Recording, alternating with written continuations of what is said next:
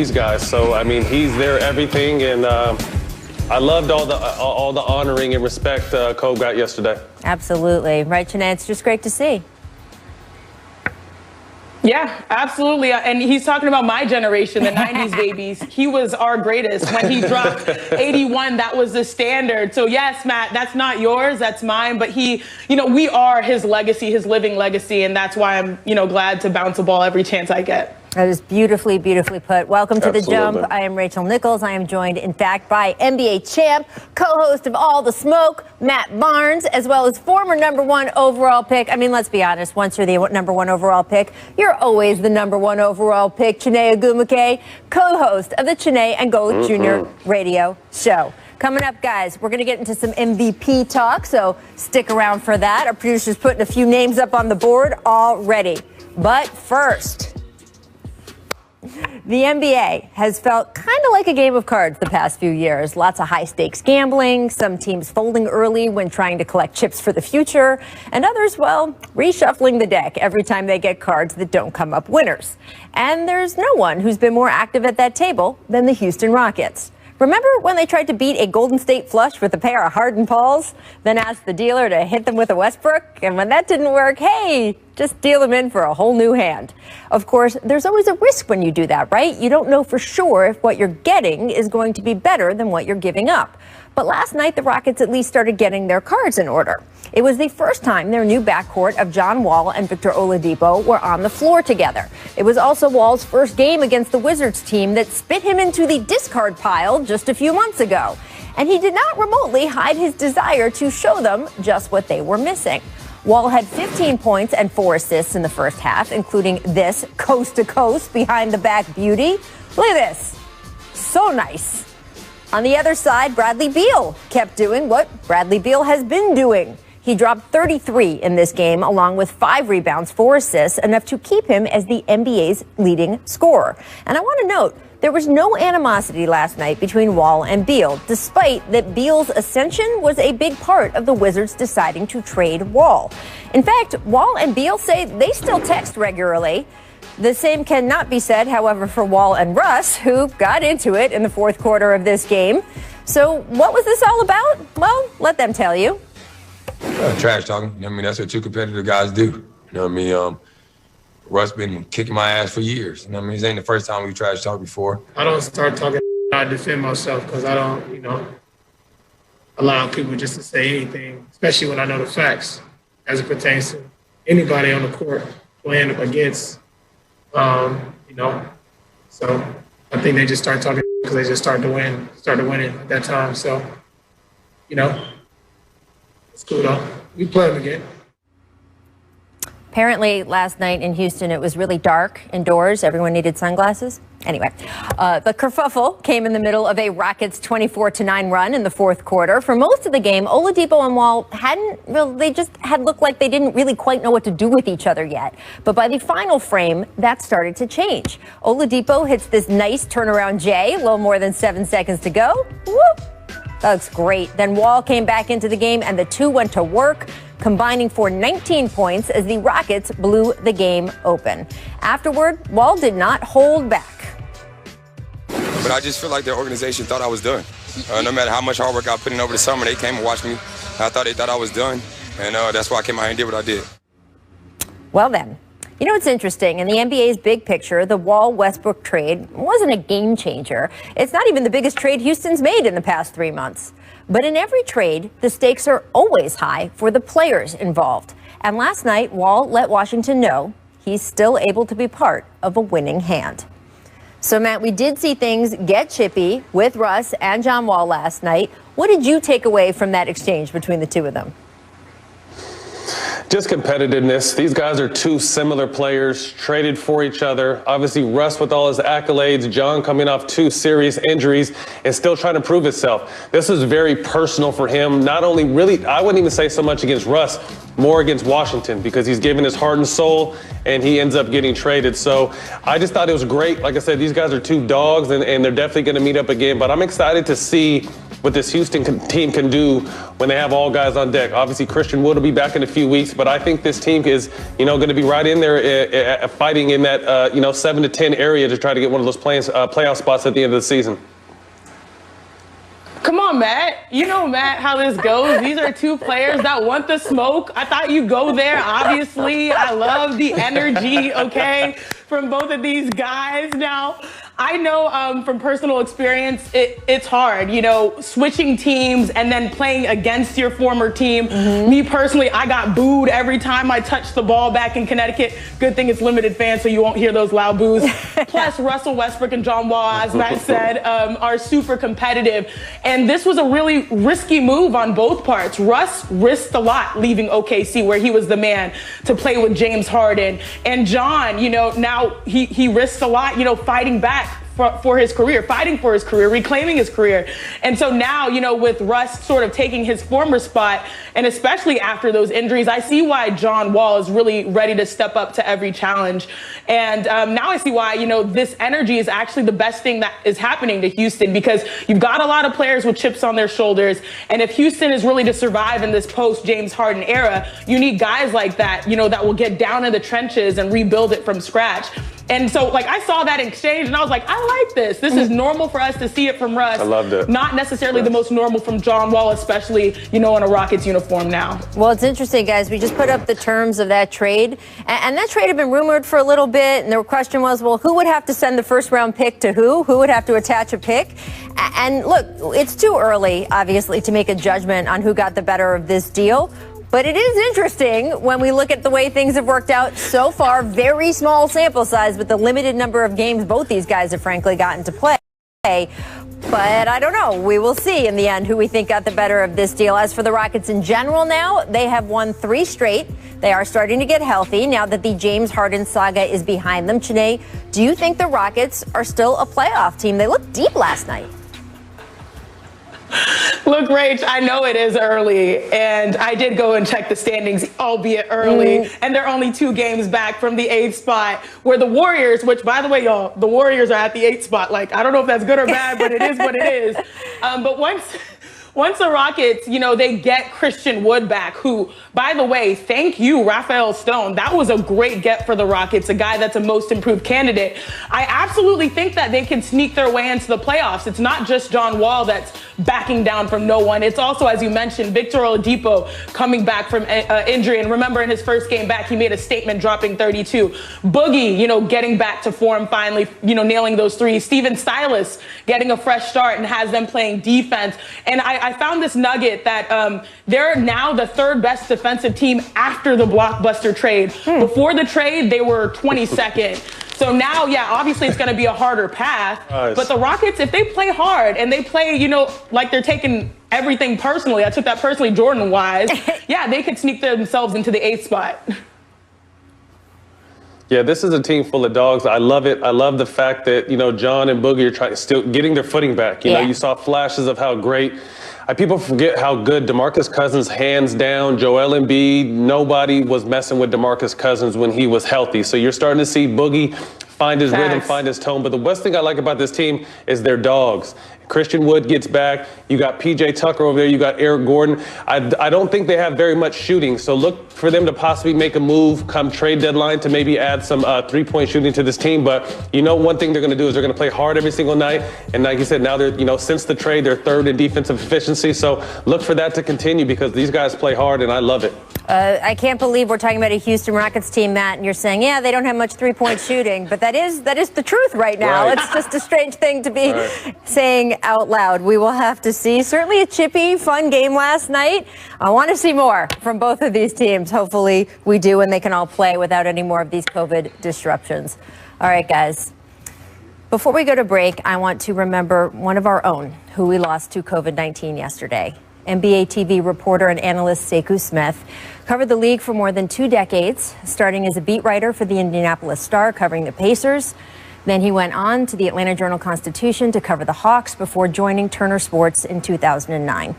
He'd been a TV analyst, a writer, and a podcast host nationally ever since, touching just about everything and everyone associated with the game. And so when he died, people from all over the NBA community were gutted, including Commissioner Adam Silver, who released this statement that said in part, quote, "The NBA mourns the passing of Sekou Smith, a beloved member of the NBA family.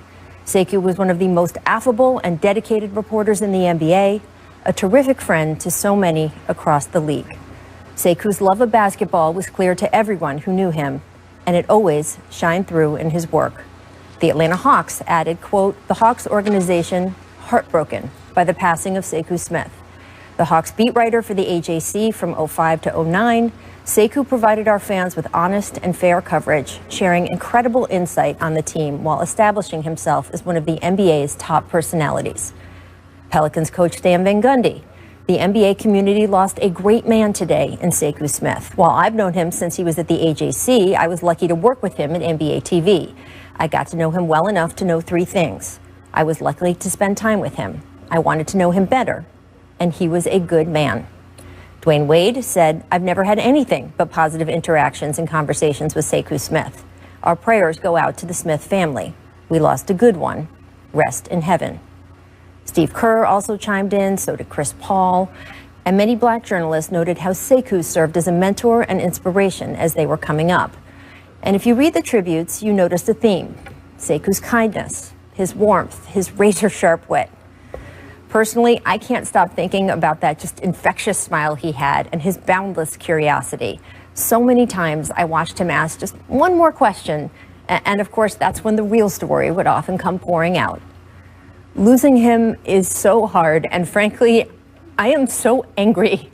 I am angry that we as a country have let more people die of this virus than anywhere else in the world. Angry his wife and children have to go on now without him. All of us in the NBA community, all of us at the Jump, we would like to send our heartfelt condolences to Sekou's wife, Heather, their three children, Gabriel, Riley, and Cameron. Sinead, John, need a jacket. Yes, apparently all of us need jackets. When he's shooting that deep, maybe I'll take a bomber. You look good in a leather jacket, Rach. Matt, maybe yours is denim. I don't know. Look, John, we feel you. I love the creativity here. I love the creativity. You know, Trae Young is really starting to make a name for himself in this league, and this is their thing. So I think it's dope. I'm looking for them to add more to it because I know more is coming with this. Mm-hmm. All right, miss injuries. John Wall missed me with that any kind of knee trouble because he leading the break, goes behind the back and lays it in. We showed this earlier. It's so beautiful. Well, vintage John Wall. He was a blur a couple times in this game too, Matt, showing off the speed. Yes. Absolutely. I've been on the wrong end of some John Wall antics. He did a 360 layup to this day. That was like 6 years ago. To this day, it's still one of the most watched videos on Instagram. So, oh, look, there it is. Here you guys go. The producers were nice enough to find it for you. Oh, look at that. I just on a serious note, I love to see him getting back in form. You hate when the game is taken away from young players, and I love the fact that he's finding his footing and getting healthy. Ooh. And I love Rachel saying, "Miss me with that." Miss me with that. I heard you, Rach. Just saying. Just saying. Make the struggle. Staying in Houston. The struggle, I guess, is real. During garbage time, the Wizards' struggles on full display. Brad Beal, not happy. Janae, very sad. How do we feel for Bradley Beal right now? Oh, man. I don't want to say free Bradley Beal, but man, this man is leading the league in scoring, and he's doing it, 4 points higher. Okay, we gonna say it? Free Bradley Beal. I mean, in fairness, the man signed a very big contract extension with that franchise, so he does know what he has gotten himself into. He has consistently said he wants to stay in Washington, but I do not know if he still feels that this morning. After that again. It's been a rough month for the Wizards. I'm not gonna lie. All right, missing. The Jazz came from Matt Barnes with the real. The Jazz came from behind for their 9th straight win yesterday, but in the first half, it was all about the Knicks. Austin Rivers, he went 10 for 10 for 25 points. He had Steph Curry talking about how hot he was. Janae, did you ever start a game 10 for 10? I mean, yeah, but your girl was shooting layups and they couldn't stop me at Stanford. They couldn't stop me in the league, you know what I'm saying? So to do this from the perimeter, this was impressive. I mean, dare I say, are the Knicks fun? Okay, let me not get ahead of myself. What about you, Matt? 10 for 10? He was hot. I started off 7 for 7 and had 25, but him going 10 for 10, hot. I love that he's finding a rhythm in New York. And New York is going to sneak up on some people. I think the play-in 7-10 situation is really going to fit New York well. I think they're going to have a chance to sneak in the playoffs if they're playing well at the end. Interesting things finally going on at the Garden. All right, I do want to stick with that Jazz-Knicks game to talk about the other side, because the Jazz trailed by as many as 15 points, but ended up winning the game by a comfortable 14-point margin. Ended up being Utah's 9th straight win, the longest active win streak in the league, and the longest by any team this season. Now, after playing 34 minutes last night, this morning, Donovan Mitchell started showing symptoms linking him to a possible concussion. So, according to team officials, and Mitchell now been placed in the NBA's concussion protocol. He will officially miss tonight's game against the Mavs. But let's go back to the Jazz as a whole, looking at their upcoming schedule. They play the Mavericks twice. Then they get the Nuggets. Matt, how long do you think the Jazz can keep rolling, especially with Mitchell's absence, at least for tonight? It's going to be tough without Donovan Mitchell. Obviously, he's their go-to guy, but this is a great team, and I love what they're doing over there. Shout out Quinn Snyder. They're really starting to build a foundation similar to what the San Antonio Spurs have been doing. This is one of the best teams in the league, but I still think they need that piece to get them over the hump, possibly a Bradley Beal or a Zach LaVine at the trade deadline. But I love what Quinn Snyder's doing over there in Utah. Yeah, and I agree with you, Matt. You know, without Donovan Mitchell, the streak is likely going to end potentially, but still the league should not relax. And, it takes me back to what Coach Steve Kerr said before facing them not too long ago. He gave them the best compliment ever, the Utah Jazz. He said, they look like us not too long ago, 3 or 4 years ago. That is absolutely the highest praise. And when he said it, I started looking into the numbers because they are dominant on both ends of the floor this year. They're the only team that's top 5 in both offensive and defensive efficiency. They've also, speaking of the Warriors, they're number 1 overall in total threes made. And they're the only team with 6 players that average making over 2 threes a game. Figures. So a lot of threes, great defense. And then you look overall, like this team, they know how to play with one another. They've got veterans. They're getting healthy. And, of course, they're led by an elite player in Donovan Mitchell. So, yes, I'm a nerd. Yes, I love the numbers. But guess what? Numbers never lie. And in this case, they support the case of the Utah Jazz. We found a basketball player who loves analytics. I'm going to keep that for Janae, kind of maybe in her bio box or something like that. Sometimes those numbers lie, Janae. Sometimes they lie. You're right. You're right. Now, that's what I'm more used to. I will say about the Jazz, it's fascinating to me because, of course, the first team to have a COVID positive, and, of course, that was the trigger for the NBA shutting down last spring. There was a lot of talk about what was the relationship like between Donovan Mitchell and Rudy Gobert. In fact, Donovan kind of alluded to it in a Good Morning America interview not that far afterward. But the bubble actually really helped this team. It kept them close. What could have been divisions got kind of fixed by the fact that they had to be together all day, all the time, without any family and friends. Donovan and Rudy were playing ping pong together at one point, and I watched these guys inside the bubble get close in a way that they might not have, again, if the season had picked up in a more traditional, regular way. And I think you can see that closeness right now. It is really, really fun to watch. All right, coming up, as we look ahead to our Saturday primetime matchup, are the Celtics houses. We have a lot of houses going on here at the Jump.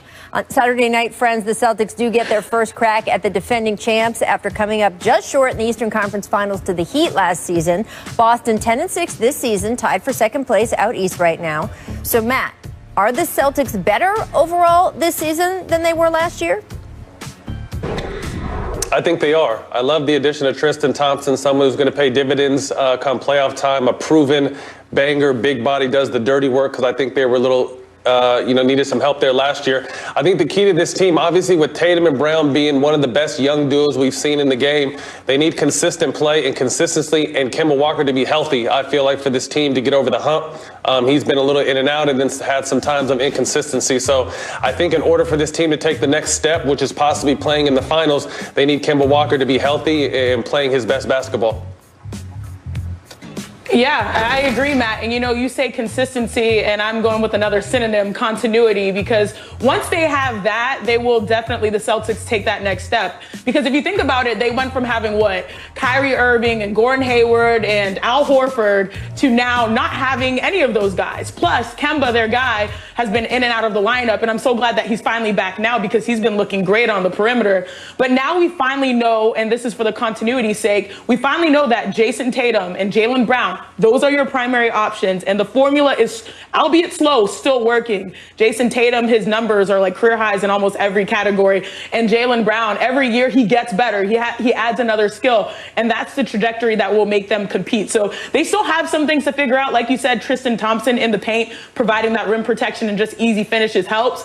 But it's going to be interesting to see how they evolve because it will take a little bit more for them to compete against the bigs that the Lakers have or the Bucks have in Giannis or a 76ers team with an Embiid that's looking like an MVP. They're almost there. They are better, but it might take a little bit more fine tuning for them to actually take down one of those giants as well. No, that's a great point. It's been one of the questions about the Celtics roster. It's a good point you also make about evolution and Jaylen Brown in specific. Matt, what is it with Jaylen Brown?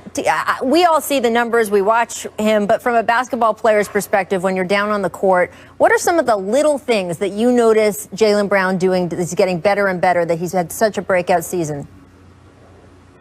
He's just a student of the game. And, Kobe used to say, you add a piece each summer. And it sounds like that's something Jaylen Brown has been doing. He's added, the in-between game. He has a post-up game, obviously very explosive when he gets to the basket, starting to become a more consistent three-point shooter. And what I like about him is he plays defense. So Jaylen Brown is definitely making waves, and he should definitely be considered if we have an all-star game as an all-star this year because he's been killing, the time that Jason Tatum was out because of contact tracing.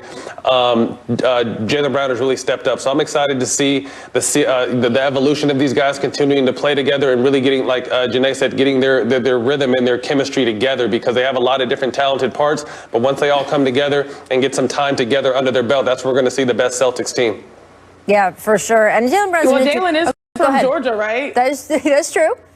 Yeah. You wanted to point that out. Yeah, huh? she had to get that. She had to get that in. Well, we're talking about an all-star game that's almost in Atlanta. Come on now. So, of course, this would be the time. I get it. I will say, by the way, even if they don't have the game, they are going to pick all-stars. We will get to that a little bit later in the show. And I just want to make the point about Jaylen is he's obviously someone everyone and anyone in the league has had their eye on for years because he is such a talent, jumps off the court. But I think it's fascinating to see how he has kept adding to his game. And his name has been mentioned in the most improved player category, which, again, there's some voters who just don't like voting for a player that was that accomplished already to then add more. And they like to save that for a younger player. I am someone who likes to use my vote for if someone made a jump, they made a jump, no matter what stage of their career they're in. Period. I am interested in seeing how Jaylen Brown continues to make this jump this season. All right, let's talk about the Hawks because they beat the Clippers 108-99 last night. PG and Kawhi were both out due to COVID protocols. But let's give some love to Atlanta. They've won 4 of their past 5 games. During that stretch, we've seen great performances from Trae Young, Clint Capella. Janae, are the Hawks taking a big step forward this season, or are they still a year away? Since we talk about Atlanta, it reminds me of, the versus the versus battle, so I say, okay, that was one of my favorites. Anyways, Trae Young, clearly he's a bucket, but he desperately needed some help on the perimeter too. I remember last season, no player outside of Trae on the perimeter averaged more than double digits, around 12 points. And so now they have DeAndre Hunter, talking about players that have improved, taking a big step forward. You add in a guy like Danilo Gallinari and Bogdan Bogdanovic, which was a nice little random boost that they got, in the middle of that trade, which will help with that. And you know me, I'm going to go back to my Houston people. Clint Capella, he anchors the inside. And so the Atlanta Hawks, they're really building something special. And when it comes together, it might take time. I think that they will really compete, led by, obviously, Trae Young. Yeah, I think they're still a year away, but they were my surprise team out of the East this year, and I think they're in the 6th slot right now. And one thing that's not overlooked is Rajon Rondo's presence. Although he's been in and out of the lineup, having him on the show, that was the one thing that I asked him is, you know, all these young guys are trying to soak up game from him. So he's over there coaching these guys up, whether he's on the court or not. And you know what time it is when it's playoff time. So look for this team to definitely make some noise this year. I still feel like they're possibly a year away from really making noise, but I see them definitely getting a chance to be in the playoffs this year. Yeah, it's interesting. It'd be interesting, again, how that play-in scenario, the 7 through 10 slot, does that help them because that maybe they'll need that help to get in? Does it hurt them because maybe they would have been in already and then some team comes to challenge them? We'll have to see where they end up in the standings at the end of the year. All right, guys, Chiney has to get ready for the Chiney and Golic radio show because you apparently cannot have a radio show called Chiney and Golic without Chiney. So thank you for joining us today, I do like hanging with y'all. I'm just saying, coming up though, Matt's going to stick with us. The Lakers and the Sixers are facing off tonight on ESPN. Out of those teams, who is... So Jamal Murray been fined 25 large by the league for striking Tim Hardaway Jr. below the belt on Monday night. Matt, in the moment, I know the emotion, but afterward, do players regret those kind of fines?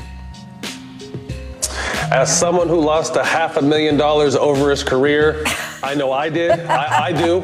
I never really took a shot like that. But you know, in the heat of the moment, a lot of stuff happens. I'm not condoning what he did, but in the heat of the moment, a lot of stuff happens, and he makes a lot of money. So $25,000 may not be a lot, but like I said, looking back on my career after losing almost $500,000, I regret it. Having said that, I'll bet you that if that had happened to you, Matt Barnes, stuff would have gone down on the court. Welcome in to the host of the Hoop Collective podcast, New York Times bestseller, live from the Cobra Dome. Oh, yes, it's Brian Windhorst. Guys, we've got some good games on ESPN tonight, so let's get you ready for those with a new edition of Jump Ball. First up, if we go inside the Sixers-Lakers face-off, who on those teams is more likely to win MVP, LeBron James or Joel Embiid? Embiid, of course, never won the award. LeBron, 4-time winner. The Sixers have the best record in the East so far. And according to Caesars William Hill, James has now moved into having the second best odds to win, while Embiid is in 6th. So, Brian, who you got of those two? We're just staying within this game right now. Rachel, let's go back to a conversation LeBron had with you on national television in Orlando. Yes. Where I believe he said, "Give me my damn respect." That is accurate. As an MVP voter, I have to say that I don't regret my vote for Giannis last year because Giannis had one of the greatest all seasons of all time and the Bucks were amazing. But watching LeBron in the bubble, it reinforced the distance between him and everybody else. And with this season the way it is, where it's scattered, where there's a lot of guys going to be playing different levels of games, and because of LeBron, he's worth something more than 4 MVPs. I don't know if it should be 5. I don't know if it should be 7. I think the narrative, which as we know is so important in the MVP race, I think the narrative is on LeBron's side. And I think if he keeps playing this way, it's going to be very compelling for people like me who have not voted for him in recent years for various reasons, even if they were good, even though Joel Embiid is having a spectacular year. Rach, I need to know, now that I'm part of the media, how do I get my vote? I'm gonna hook you up into a conference call with Tim Frank. We'll work it out. I need to get in here. I'm taking LeBron, and as Brian alluded to, he should have at least 5, 6, 7, maybe 8. And you can say the same thing about Kobe back in the day. He should add more MVPs. I think the league gets caught up sometimes in getting what's new, what's fresh. Obviously, Giannis being MVP, you know, brings a different attention from overseas. But LeBron has been the best player for a long time. He should definitely have more under his belt. But this year, I just love that it seems like he's so at peace with his game. And his team understands what they have to do, lead the league in defensive efficiency, understanding this is a marathon, not a sprint. So not only are they going to be, is it their title to lose, I also think it's LeBron's MVP to lose as well, because he's definitely, to me, in the front seat and should win it this year. Well, I would argue that it's not a matter of voters getting caught up with what's new or fresh. It's about the criteria for the award. And poor Brian has had to hear me say this for 5 years now. But, you know, Matt, I have a new audience with you, so I'm just going to go into it just a little bit again. The direction is who has had the best regular season. And LeBron James at times, and look, last year, as Brian pointed out, Giannis had a historic regular season. And that is what the award has been for. It has not been for who's the best player in the NBA. And the league has played into this by not modernizing and updating its awards the way, frankly, every other major pro U.S. sports league has. has. They have updated their awards, they have added scoring awards, or they have added awards that recognize the statistical best season being separate from who is the best player. And so that is why we have ended up with LeBron James not winning more MVPs. Before him, Kobe Bryant not winning more MVPs. Frankly, Michael Jordan not winning more MVPs. And I think there has been a bit of a turn among fans and even among some writers, and Brian, I think you're alluding to this a little bit, of just saying, okay, maybe we're just going to start awarding this for who we all know who the best player in the NBA is in any given year. And right now you could make an argument for LeBron. People are making an argument for Kevin Durant resurging. That is different from who has the best statistical season this year. And it will be interesting to me to see how voters vote at the end of this year, because as you point out, Matt, that disparity between who's the best player in the NBA versus who had the best stats, it seems like in some ways it's only grown since we have more stats. It's tough for me, as a former player, and this is all due respect to Giannis because he does have great regular seasons, but if you can't go to the MVP in the playoffs when it really counts, when the world is watching, when everything is on the line, how can you consistently continue to win MVP? LeBron is someone you can go to. KD is someone you can go to. Luka is someone you can go to. So I'm not knocking Giannis because his regular seasons have been off the charts, but as a player and guys and how we talk in the locker room, if you can't go to an MVP down the stretch in a playoff game, how is he MVP? Yep, absolutely. And again, that's with the way the league has set up voting. Voting is done at the end of the regular season. So you can't even make that judgment or have that conversation when you're doing an MVP vote because it's supposed to be for only the 6 months that preceded it. Nothing more, nothing less outside of that. And again, I wonder if that is going to change, if the league is going to make a change or if voters are just going to start changing it for them. All right, next up, our next jump ball. Who is the more promising rookie? Number 1 overall pick, Anthony Edwards, or number 2, James Wiseman? Start us off, Matt. What do you think? I think obviously both have a lot of talent, but I'm going to give the edge to Wiseman because of the organization he's in. Organization means so much to young players, and when he's going into an organization of Golden State who just came off one of the greatest runs in the history, you have guys like Draymond in your ear every day getting a chance to play with Steph, Coach Kerr, and just that organization. I give him the upper hand because Minnesota's been in shambles for a lot of years with ownership, management, coaches in and out, and they're just a losing franchise. So I'm giving the edge to Wiseman, although I love Anthony Edwards and what he's been able to do thus far in this young season. Yeah, and Andrew Wiggins alluded to it this week. Andrew Wiggins is incredibly close to Ryan Saunders, very close to a lot of people in the Wolves organization, but he just said the way the organizations run are just different, and he's the guy to have an objective view on that. You're asking me who the most promising rookie is. I am blown away by the promise of James Wiseman. I think that his ability to do things at his size, to shoot, he's got great hands, he's got great feet. Edwards is averaging more points. He's not shooting a good percentage. That happens to rookies. I'm not looking at the stats. And Wiseman recently was sent to the bench because of defensive problems. But in terms of pure promise, I am with Matt.